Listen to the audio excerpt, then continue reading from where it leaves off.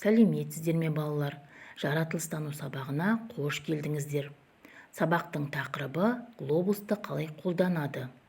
Сендер бұл сабақтан глобус жердің кішірейтілген модель екен, глобусты қалай пайдалану керек екен үйренетін боласыңдар. Өткен сабағымызды еске түсірейік. Ертеде адамдар жерді тегіз, жайпақ деп ойлаған. Олар саяхат жасағанда жердің дөңес және шар тәрізді екенін байқаған. Мына суретке назар салайық. Бұл жердің ғарыштан түсірілген фотосуреті. Біздің ғаламшарымыз жер. Жер күннен санағанда 3-ші ғаламшар екен.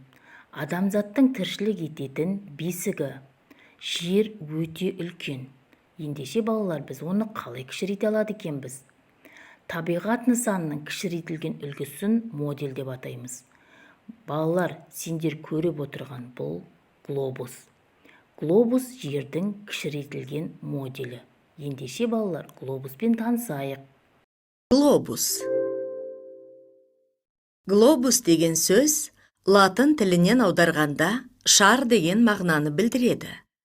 Глобус жердің немесе басқа планетаның кішірейтіліп жасалған үлгісі. Глобус құрлықтар мен мұхиттардың орналасуын жалпылама көріп білуге ыңғайлы.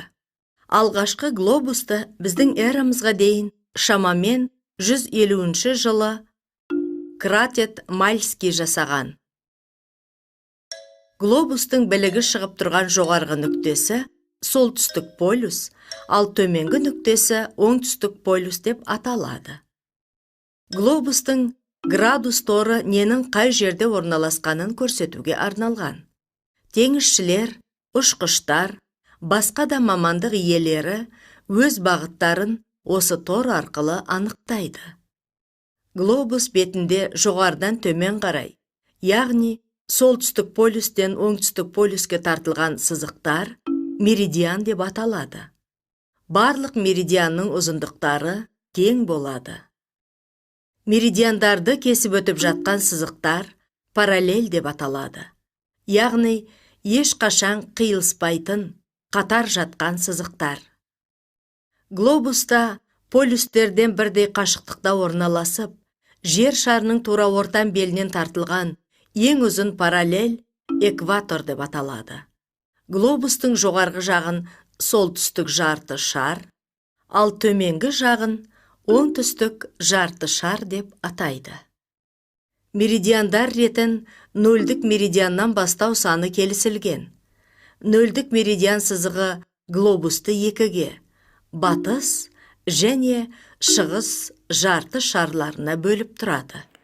Балалар, мына суретте Фернан Магеллан ең алғаш жерді айналып шығып, жердің шар тәріздес екен дәлелдеген алғашқы адамдардың бірі екен.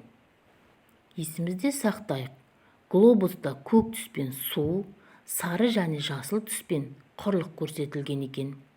Балалар, енді дәптермен жұмыс жасайық. Дәптеріміздің 41-42 беттеріндегі тапсырмаларды өз беттерімізше орындаймыз. Сіздерге тапсырма.